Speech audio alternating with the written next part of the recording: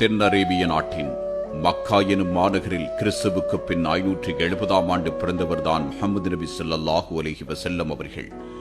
பிறப்பதற்கு முன்பே தந்தையை இழந்தார். 6 வயதில் தாயையும் இழந்து அனாதையானார். சில காலம் செவிலி தாய் ஹலீமாவிடம் பாலருந்தி வளர்ந்தார்கள். ஆடு வைத்தார்கள். எழுத படிக்க தெரியாதவராயிருந்தார்கள். வாலிப வயது வரைக்கும் அவருடைய வாழ்க்கை பயணம் மிக எளிமையானதாக அமைந்தது. அவருடைய வாலிப பயணம் அதிசயமானது. உலகின் எந்த ஒரு தலைவரினதும் வாலிப வயதில் இருக்காத அபூர்வ ஒழுக்க நெறிமுறைகள் கொண்ட வாழ்க்கை அது. வீண் சண்டை சச்சரவுகளுக்கு போனதில்லை. தீயவைகளை கண்டால் விலகிச் சென்றார்கள். அக்கால வாலிபர்கள் மது அருந்துவார்கள், சூதாடுவார்கள், தீய செயல்கள் அனைத்திலும் மூழ்கியிருந்தார்கள். இவற்றையெல்லாம் வெறுத்தவர்தான் முஹம்மது நபி ஸல்லல்லாஹு அலைஹி வஸல்லம் அவர்கள். பொய் பேசுவதையும் வெட்கக்கேடான செயல்களையும் அவர்கள் தீயவைகள் என கருதினார்கள். வாணிபராக இருந்தாலும் நேர்மையாக செயற்பட்டார்கள். அவர்களுடைய பேச்சில் உண்மை இருந்தது. இதன் காரணத்தினாலேயேதான் மக்காவில் பெரும் பணக்கார பெண்ணாக இருந்த கதீஜா நாயகி அவர்கள் நபி அவர்களை திருமணம் செய்து கொள்ள விரும்புகிறார். அப்போது அவர் விதவையாயிருந்தார். பின் நபி அவர்களை மணந்து கொள்கிறார். கதீஜா நாயகியின் வயதோ 40, நபிக்கு வயதோ வெறும் 25. விதவைக்கு வாழ்வளித்து முன்மாதிரியாக நபியவர்கள் செயற்பட்டார். நபியவர்களின் பண்பாடுகளிலோ ஒழுக்க நெறிகளிலோ ஒரு துளியும் குறையிருந்ததில்லை. அவர் மக்கா அருகிலுள்ள ஒரு மலையின் குகைக்கு சென்று தனிமையில் இறைவனை வணங்குவார்கள். அக்குகையின் பெயர் ஹிரா. மக்கள் ஏன் இப்படி நடந்து கொள்கிறார்கள் என்று கவலையுறுவார்கள். தீமைகளை அழிக்கவும் நன்மைகளை பரப்பவும் அவருடைய மனம் எண்ணியது. இவ்வாறு இருந்த ஒரு சந்தர்ப்பத்தில் தான் அவரை இறைவன் தன் தூதராக ஏற்றுக்கொள்கிறான். அதன் பிறகு அண்ணல் நபி அவர்கள் இறைவனின் செய்தியை மக்களுக்கு எடுத்துரைத்தார்கள். இறைவன் ஒருவனே, அவனே அனைவரையும் படைத்தான். உணவளிப்பவனும் அவனே, ஆட்சியாளனும் அவனே. அவனையே வணங்குங்கள், அவனுக்கு மட்டுமே அடிபணியுங்கள். நான் இறைவனின் தூதனாவேன், என்னை பின்பற்றுங்கள், தீமைகளை விட்டும் விலகியிருங்கள் என்ற நற்செய்தியை கூறலானார்கள். அவருடைய பிரச்சாரத்திற்கு எதிர்ப்புகள் வலுத்தன.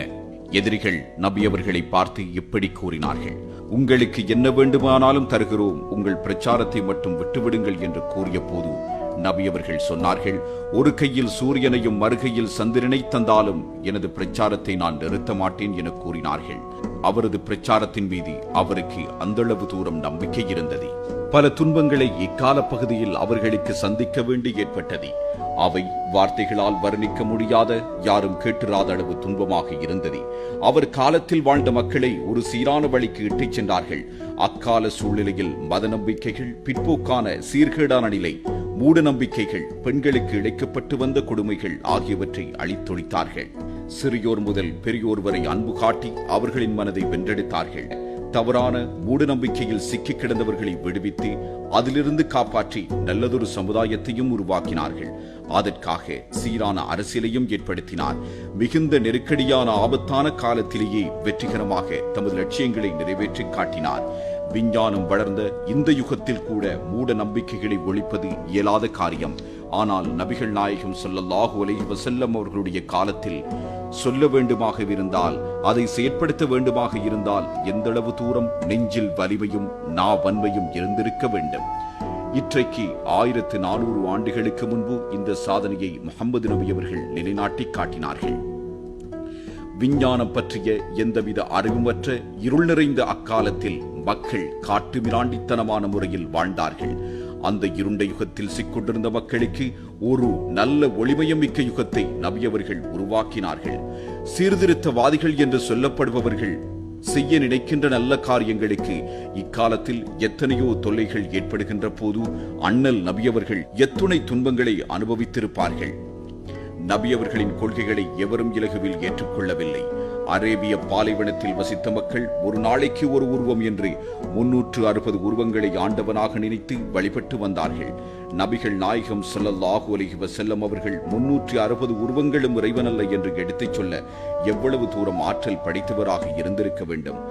எப்படிப்பட்ட துன்பங்களை அவர் ஏற்றிருக்க வேண்டும் என்று எண்ணி பார்க்கும் போது இப்பொழுது இருக்கின்ற சீர்திருத்தவாதிகளுக்கு அது முன்னுதாரணமாக அமையும். பொது வாழ்விலே ஏற்படுகின்ற சந்தேகங்கள் அனைத்தும் நபியவர்களை நினைத்தால் பறந்து போகும். நபியவர்களின் அஞ்சா நெஞ்சுறுதியாலும் அவர் செய்த அறப்போரினாலும் இஸ்லாம் முழு உலகிலும் பரவத் தொடங்கியது. சில ஆண்டுகளில் முஹம்மது நபி ஸல்லல்லாஹு அலைஹி வஸல்லம் அவர்களை பின்பற்றுகின்றவர்களின் தொகை அதிகரித்தது. அன்னலாரின் தோழர்கள் நபி அவர்களின் கட்டளைப்படி உலகின் நாலா பக்கங்களுக்கும் சென்று இஸ்லாத்தை பரவச் செய்தார்கள். நபி ஸல்லல்லாஹு அலைஹி வஸல்லம் அவர்களுடைய சொல்லோ செயலோ ஒன்றுக்கொன்று எந்த ஒரு சந்தர்ப்பத்திலும் முரண்படவில்லை. அவர் சொன்னார், செய்தார், அதையே அந்த மக்களையும் பின்பற்றச் செய்தார். இன்று கருத்துக்களை சொல்பவர்கள் அதை போன்று நடந்து காட்டினால்தான் மக்களால் அது ஏற்றுக்கொள்ளப்படும்.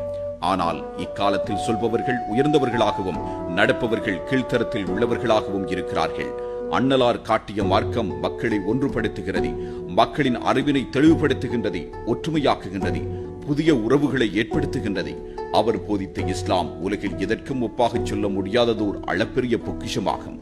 நபிகள் நாயகம் அவர்கள் 23 ஆண்டுகள் தமது பிரச்சார பணிகளை முன்னெடுத்தார்.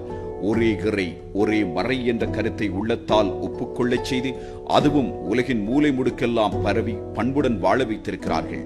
அந்த மனித புனிதரின் நாவன்மைக்கு இருந்த நன்மதிப்பை, மகத்துவத்தை நாம் புரிந்து கொள்ள வேண்டும். இத்துணை மகத்துவமும் அந்த மாணவிக்கு இருக்க காரணமே அவர் தன் உயிரிலும் மேலாக கட்டிக்காத்து வந்த பொறுமையும் சொல்லும் செயலும், அதனோடு இணைந்த வாழ்வும், நடைமுறை வாழ்க்கைக்கு ஏற்ப அவர் இயற்றிய சட்டங்களும், தானும் தன்னை பின்பற்றுபவர்களுக்கும் சொன்னதோடு அல்லாமல் செய்தி காட்டும் செம்மலாக இருந்ததும் முழு முதல் காரணமாகும். சட்டதிட்டங்கள் மனிதரின் நடைமுறை வாழ்க்கைக்கு ஏற்ற வகையில் அவரால் வகுக்கப்பட்டன. நபிகள் நாயகத்தின் வாழ்வும் வாக்கும் நிரம்பி அமைந்ததுதான் ஹதீஸ்கள் என்று அழைக்கப்படுகின்றது. அதே நேரம் இஸ்லாத்தின் பொக்கிஷமாக திருக்குர்ஆன் விளங்குகின்றது. நபி அவர்களின் சொல் செயல் என்பன இஸ்லாமியர்களுக்கு வழிகாட்டுகின்றன. அண்ணல் நபிகளின் இஸ்லாமிய போதனை உலகின் நாலா பக்கங்களிலும் ஒலிக்கச் செய்வதற்கு பட்ட துயர்கள், தொட்ட தொல்லைகள், தியாக தழும்புகள் கொஞ்ச நஞ்சமல்ல. அண்ணல் நபிகளாரின் அறப்பணி அகிலத்தை சீர் செய்வதற்கு கிடைத்த திருப்பணியாகும். அவர்களுடைய வாழ்க்கை வரலாறு வீரத்துக்கு ஒரு ஊற்றாகவும் சமுதாயத்திற்கு ஒரு நல்ல எடுத்துக்காட்டாகவும் அமைந்திருக்கின்றது. அதனால் தான் பல அறிஞர்கள், தலைவர்கள் கூட நபியவர்களை புகழ்ந்து பேசியிருக்கிறார்கள். H.G. வெல்ஸ், மகாத்மா காந்தி, அறிஞர் அண்ணா, ஜோர்ஜ் பெர்னார்ட் ஷா போன்றவராலும் நபி அவர்களின் வாழ்க்கை நெறிமுறை பாராட்டப்பட்டது. பிரபல நூலாசிரியரான மைக்கேல் எச் ஹார்ட் என்பவர் உலகின் தலை சிறந்த தலைவர்கள் 100 பேரை தெரிவு செய்து அவர்களுள் அண்ணல் நபி அவர்களுக்கு முதலிடத்தை பெற்றுக் கொடுத்தார். அதற்கு காரணம் முகமது நபி சமயத் தலைவராக மட்டுமன்றி உலகியல் துறைகளிலும் தலைவராக இருந்தார்கள். அன்னலார் எல்லா காலத்திலும் தாக்கத்தை செலுத்தக்கூடிய மாபெரும் தலைவர் என மைக்கேல் எச் ஹார்ட் அவரது நூலில் குறிப்பிட்டார். இவ்வுலக மக்களுக்கு நல்வழி காட்ட, இறைவனை பற்றி கூற இறைவன் காலத்துக்கு காலம் தூதர்களை அனுப்பி வைத்தான். அந்த வகையில் கடைசியாக வந்தவர்தான் இந்த முஹம்மது நபி ஸல்லல்லாஹு அலைஹி வஸல்லம் அவர்கள். இவரை முழு உலகிற்கும் ஒரு அருட்கடையாகவே இறைவன் அனுப்பியுள்ளான் என இறைவேதமான அல் குர்ஆன் கூறுகிறது. எச்சில் துப்புவதிலிருந்து ஆட்சி செய்வது வரைக்கும் இவர் நடைமுறை வாழ்க்கையில் செயற்படுத்தி காட்டியிருக்கிறார்.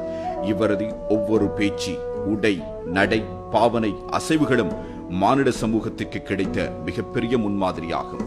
மக்களுக்கு போதித்தவற்றில் பிரதானமாக இவை அமைந்தன.